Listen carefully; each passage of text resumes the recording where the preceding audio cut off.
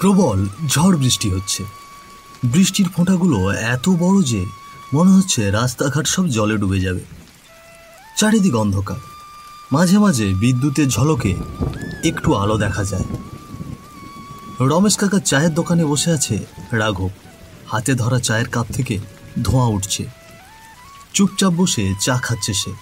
ঠিক তখনই গ্রামের রাস্তা ধরে এক স্বামী স্ত্রী ছাতা মাথায় দিয়ে হাঁটতে হাঁটতে দোকানের সামনে দিয়ে যাচ্ছিল।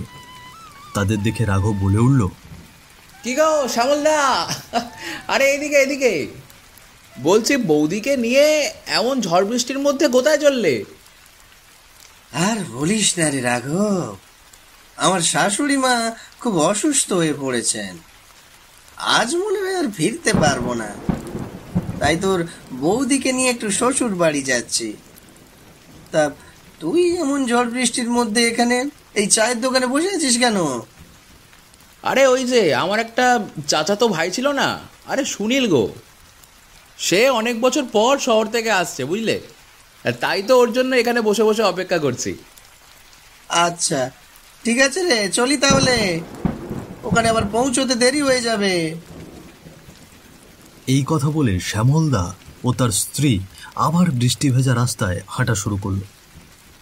এদিকে রাঘব এখনো চায়ের দোকানে বসে আছে চাচাতো ভাই সুনীলের জন্য অপেক্ষায়। সময় অনেকটাই পেরিয়ে গেছে, তবু ভাইয়ের দেখা নেই। কিছুটা দুশ্চিন্তায় পড়ে রাঘব ধীরে ধীরে বলল, এতক্ষণ হয়ে গেল এখনো তো এসে পৌঁছালো না। নিশ্চয়ই রাস্তায় কিছু একটা হয়েছে। না না না, এইভাবে বসে থেকে লাভ নেই। আমি বরং একটু সামনে গিয়ে দেখি, খোঁজ নিই। ও রমেশ কাকা, আমি এলাম গো। কিরে, চলে যাচ্ছিস বাপু? তা তুই যে বলেছিলি তোর ভাই আজকে আসবে। হ্যাঁ গো কাকা, আসার তো কথা ছিল, তবে অনেক দেরি হয়ে গেল। এখনো তো তার কোনো দেখাই নেই। না, এভাবে হবে না, আমি বরং একটু এগিয়ে দেখি বুঝলে, আবার কোনো বিপদ আপদ হলো কিনা। হ্যাঁ ঠিকই বলেছিস, এই বৃষ্টি বাদলের দিনে রাস্তাঘাটে কখন কি হয় তা তো আর বলা যায় না। নে নে, তুই আর দেরি করিস না, তুই একটু তাড়াতাড়ি গিয়ে সামনে গিয়ে দেখ যে কি হলো। হ্যাঁ কাকা, আমি যাই গো। এই বলে রাঘব চায়ের দোকান থেকে ছাতা হাতে বেরিয়ে গ্রামের পথ ধরে হাঁটতে লাগলো। কিছুটা যাওয়ার পর দেখতে পেল কেউ একজন মাটিতে বসে আছে, পা ছড়িয়ে। কাছে গিয়ে দেখে এ তো তারই চাচাতো ভাই সুনীল। ওকে দেখে রাঘব অবাক হয়ে বলল, এ কি রে, তুই এভাবে মাটিতে পা ছড়িয়ে বসে আছিস কেন? কি হয়েছে বল আমাকে। আর বলো না রাঘবদা, হেঁটে আসছিলাম, বৃষ্টির মধ্যে কাদায় পা পিছলে হঠাৎ পড়ে গেলাম। বলি, তোমাদের গ্রামের রাস্তা কোনোদিন কি পাকা হবে না? সুনীল, তুই শেষমেশ কাদায় পড়ে গেলি ভাই। এমনটা হওয়ারই ছিল। শহরে গিয়ে তো নিজের দাদাকে একেবারে ভুলেই গেছিস। সেই 3 বছর আগে একবার এসেছিলিস, তারপর তো তোর টিকিটাও দেখতে পাওয়া যায় না। নে নে, এখন ওঠ, আস্তে আস্তে উঠে দাঁড়া। রাঘবের কথায় সুনীল একটু মুচকি হেসে উঠল, তারপর ধীরে ধীরে উঠে দাঁড়ালো। দুজনে একসাথে ছাতা মাথায় দিয়ে গ্রামের ভেজা কাঁচা পথ ধরে হাঁটতে লাগলো। আপনি যদি গেম খেলতে ভালোবাসেন তাহলে মোস্ট প্লে হতে পারে আপনার জন্য দারুণ এক সুযোগ। এটি বাংলাদেশ ও ভারতের অন্যতম জনপ্রিয় ও নির্ভরযোগ্য গেমিং প্ল্যাটফর্ম। সাইন আপ করলেই পাচ্ছেন 500 টাকা ওয়েলকাম বোনাস, বন্ধুদের রেফার করে পেতে পারেন 1200 টাকা বোনাস, জন্মদিনে থাকছে বিশেষ গিফট 2000 টাকা পর্যন্ত, স্লটে দৈনিক 10% ক্যাশব্যাক বোনাস, স্পোর্টসে রিলোড বোনাস প্রতিদিন 200% পর্যন্ত, স্লট বুস্ট বোনাস প্রতিদিন 13,000 টাকা পর্যন্ত। সুপরিচিত এবং নিরাপদ লেনদেনের মাধ্যমে বাংলাদেশের বিকাশ নগদ রকেট উপায় ট্রান্সফার সুবিধা। পিন করা কমেন্ট থেকে মোস্ট প্লে অ্যাপে রেজিস্ট্রেশন করুন আর শুরু করুন আপনার গেমিং যাত্রা। বেশি দূর নয়, একটু যেতেই তারা বাঁশঝাড়ের কাছে পৌঁছলো। চারিদিকে ঘুটঘুটে অন্ধকার, শুধু মাঝে মাঝে বিদ্যুতের ঝলকানি। দূরে কোথাও শিয়াল ডাকছে হুক্কা হুয়া করে। আর বৃষ্টির গতি আগের থেকে আরো বেড়ে গেছে। ছাতার নিচে থেকেও শরীর ভিজে যাচ্ছে। ঠিক সেই সময় তারা হঠাৎ টের পেল পেছন থেকে একটা পায়ের শব্দ।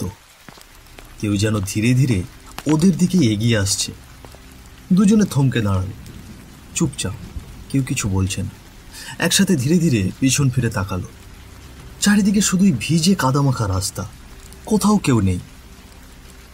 রাঘবদা, পেছন থেকে যেন কার পায়ের শব্দ পেলাম মনে হচ্ছে, কিন্তু এখানে তো কেউ নেই।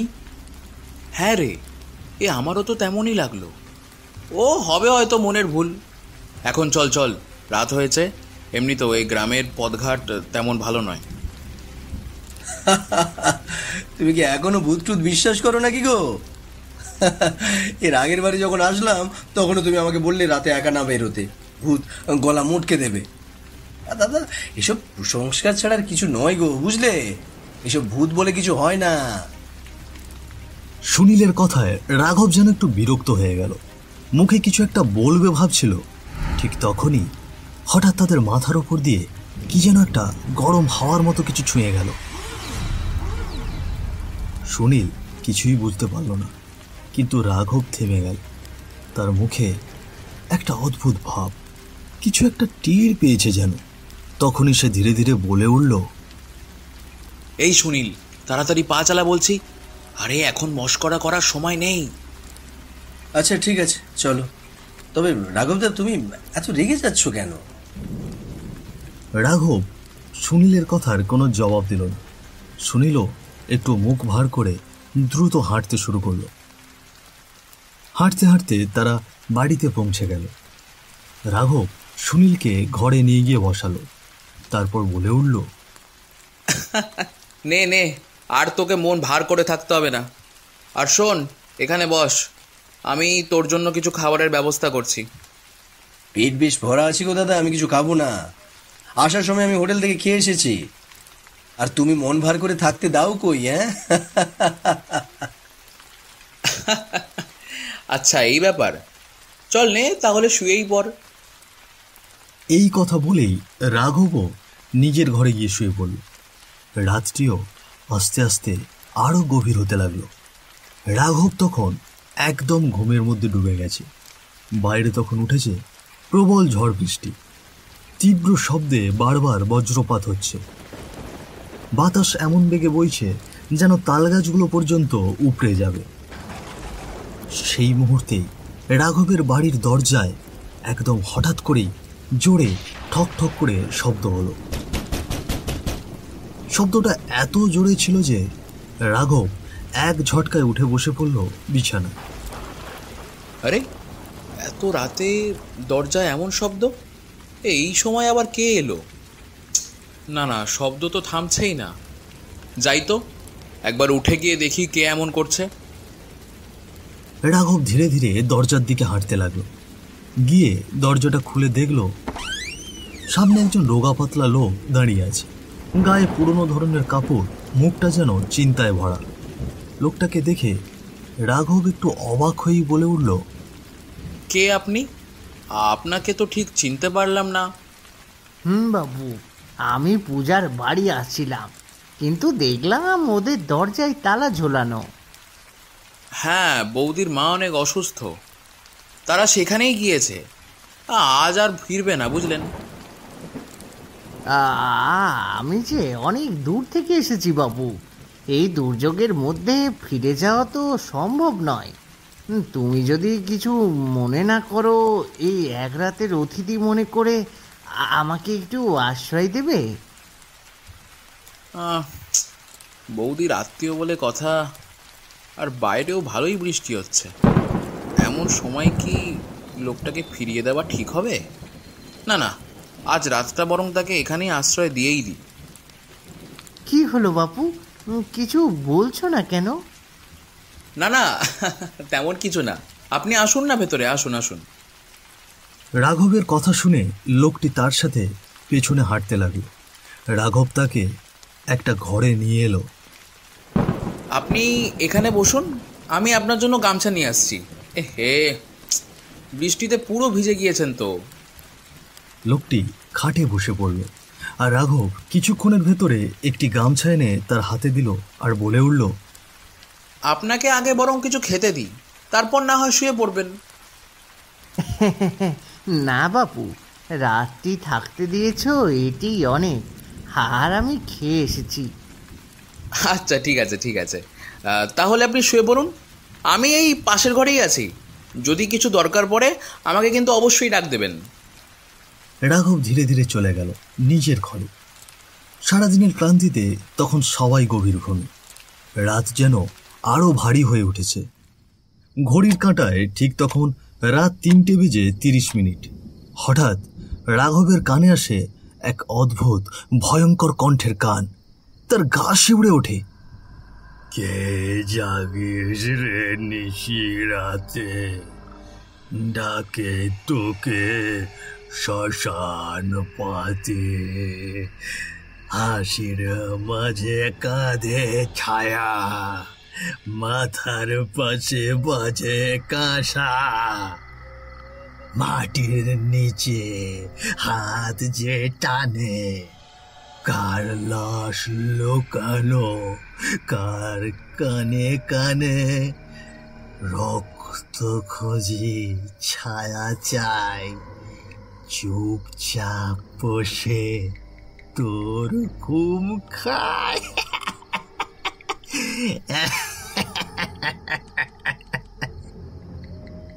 ভয়ে রাঘব আবারও উঠে বসে বিছানায়। আর দেরি না করে ছুটে যায় তার চাচাতো ভাইয়ের ঘরে। আর যেই না ভেতরে ঢোকে, তার চোখে পড়ে ঘরের মাঝখানে বসে আছে এক ভয়ঙ্কর পিশাচ। চোখ দুটো লাল লাইটের মতো জ্বলছে, দাঁতের শাড়ি বিশাল, ধারালো আর রক্তমাখা। সে চিবিয়ে খাচ্ছে তার ভাইয়ের হাতের অংশ। একদিকে পড়ে আছে কাটা মুন্ডু, আর অন্যদিকে ছিন্ন ভিন্ন দেহ।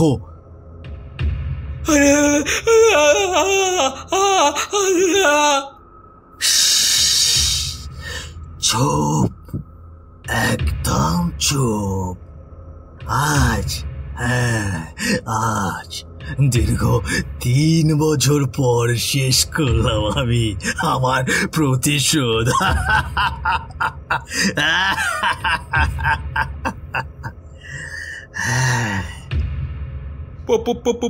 প্রতিশোধ? কিসের প্রতিশোধের কথা বলছো তুমি? আর তুমি আমার ভাইকে কেন মারলে? সে তো একজন ভালো মানুষ ছিল। ও হতে এই গ্রামে সেই 3 বছর আগে এসেছিল, তারপর আর একবারও আসেনি। তাহলে তোমার সঙ্গে ওর কিসের শত্রুতা ছিল আমাকে বলো? শত্রুতা? কিসের শত্রুতা? হ্যাঁ,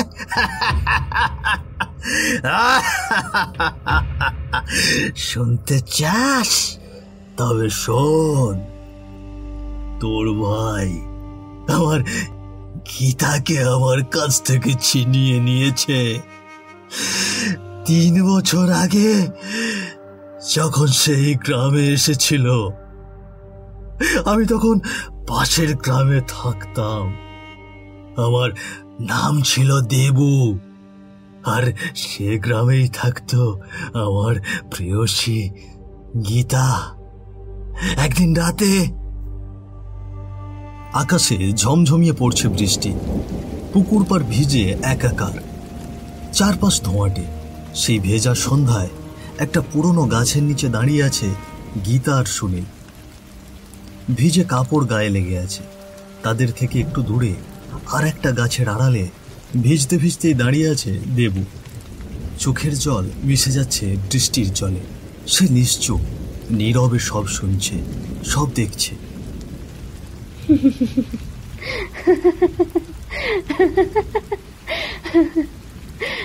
তা হ্যাঁ গো শহরের ছেলে, তুমি আমায় বিয়ে করবে তো? হ্যাঁ গো, এই সত্যি বলছো? এই জানো, আমার এখনো বিশ্বাসই হচ্ছে না গো যে তুমি আমায় বিয়ে করবে। বিশ্বাস হচ্ছে না? যেদিন তোমায় বিয়ে করে শহরে নিয়ে যাব, সেদিন ঠিক বিশ্বাস হবে তোমার।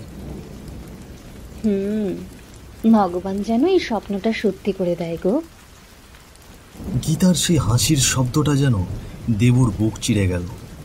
একদিন যে মেয়েটি তার হাত ধরে স্বপ্ন দেখত, আজ সেই মেয়েই অন্য কাউকে নিয়ে হাসছে, ভবিষ্যৎ সাজাচ্ছে। দেবুর চোখের কোণ বেয়ে নীরব অশ্রু ঝরছে। বৃষ্টি আর চোখের জল মিলেমিশে যাচ্ছে একসাথে। কান্না নয়, যেন নিঃশব্দ একটা ভাঙন ভেতর থেকে। আমি তো গীতাকে ভালোবাসতাম, কিন্তু যদি সে অন্য কারোর সাথে ভালো থাকে তবে আমার বাধা দিয়ে লাভ কি? ওরা ভালো থাকুক ওরা। সেদিন রাতে আমি ঘুমোচ্ছিলাম, হঠাৎ আমার স্বপ্নে গীতা আসে। দেবু দেবু দেবু, আমি তোমার সাথে অনেক অন্যায় করেছি। তোমাকে ভালোবেসে তোমাকে ধোঁকা দিয়েছি, আর আর তার সাজাও আমি পেয়েছি। জানো দেবু, শহরের ওই ছেলেটা আমাকে ঠকিয়েছে। সে আমাকে বিয়ে করার লোভ দেখিয়ে আমার সাথে ঘনিষ্ঠ হয়। এরপরে আমি যখন তাকে বিয়ের কথা বলি, তখন সে আমাকে মেরে ওই বড় পুকুরে ফেলে পালিয়ে গিয়েছে। দেবু 2 দিন ধরে আমার লাশ সেখানেই পড়ে আছে। তুমি আমার শেষ কাজ করে আমার আত্মাকে শান্তি দাও দেবু, আমার আত্মাকে শান্তি দাও। সকালে ঘুম ভাঙতেই আমি দ্রুত সেই বড় পুকুরটায় যাই। সেখানে গিয়ে যা দেখি তাতে আমার কলিজাটা ছিন্ন ভিন্ন হয়ে যায়। সে দেখল সামনে তার ভালোবাসার মানুষের নিথর দেহ পড়ে আছে। গলায় আঘাতের দাগ, তার শরীরে ক্ষতর দাগ স্পষ্ট বোঝা যাচ্ছে। এক মুহূর্ত দেরি না করে সে গীতার মৃতদেহের পাশে গিয়ে বসল। না না না, এটা হতে পারে না। ওই শহরের ছেলেটা এভাবে আমার গীতার সঙ্গে ছলনা করেছে। ভালোবাসার নামে প্রতারণা করে তার সঙ্গে নিষ্ঠুর আচরণ করে তাকে শেষ করে দিয়েছে। তার সাথে নিষ্ঠুর আচরণ করে শেষে তাকে মেরে এখানে ফেলে রেখে গেছে। আমি কিছুই করিনি, শুধু চেয়েছিলাম ও সুখী হোক। আর আজ আমার চোখের সামনে গীতা পড়ে আছে নিথর, নিঃশব্দ।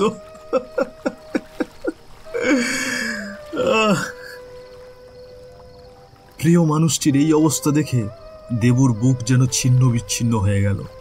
তার চোখ থেকে ঝরে পড়তে লাগলো অনবরত অশ্রুধারা। সেই গীতা যার সুখের জন্য সে নিজেকে সরিয়ে নিয়েছিল, আজ তাকে এভাবে দেখে দেবু আর নিজেকে ধরে রাখতে পারল না। এই কষ্ট আমি সইতে পারবো না। ভগবান, আমি আর বাঁচতে চাই না। যে ভালোবাসা রক্ষা করতে পারলাম না, তার ভার আমি আর বইতে পারছি না।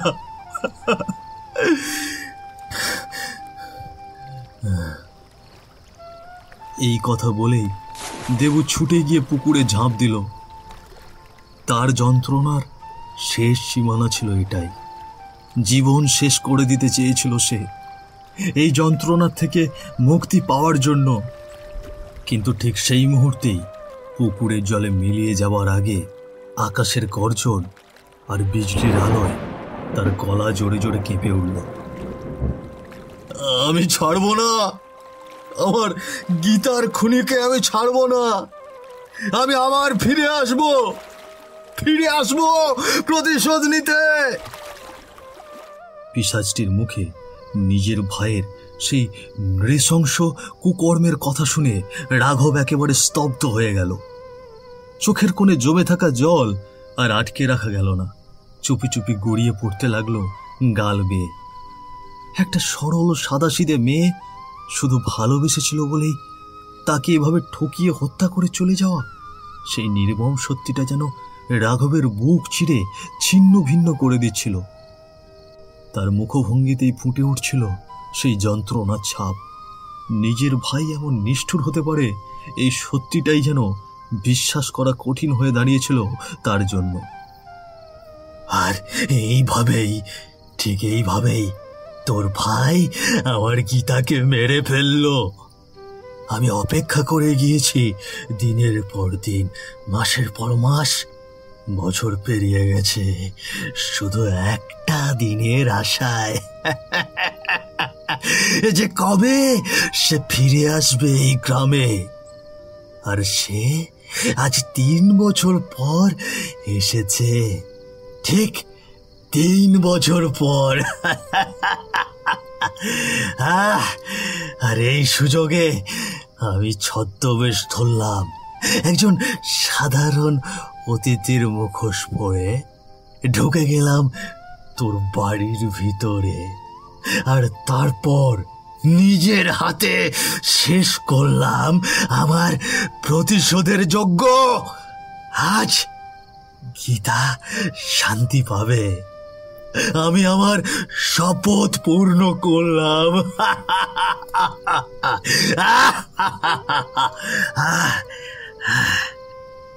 সুনীল, তুই আজ তোর পাপের ফল পেলি ভাই, কিন্তু কেন এমন কাজ করলি বলতো?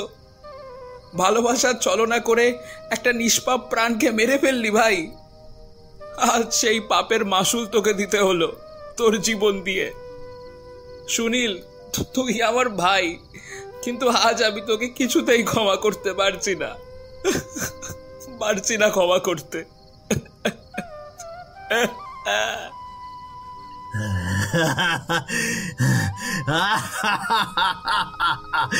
শেষ করে দিয়েছি, শেষ। আমার গীতার খুনির বিচার আমি নিজে হাতে করেছি। আজ আজ আমি মুক্ত, আজ আমি মুক্ত, আজ আমার প্রতিশোধ পূর্ণ। মুক্তি, এবার আমার মুক্তি।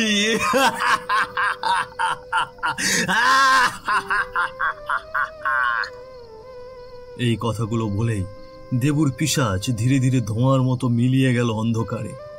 এক মুহূর্তেই যেন সবকিছু নিস্তব্ধ হয়ে গেল। রাঘব চুপ করে দাঁড়িয়ে আছে, তার চোখের সামনে সুনীলের ছিন্ন ভিন্ন দেহ পড়ে আছে। সবকিছু যেন থেমে গেছে, শুধু থেকে গেল এক নিঃসঙ্গ রাত্রি।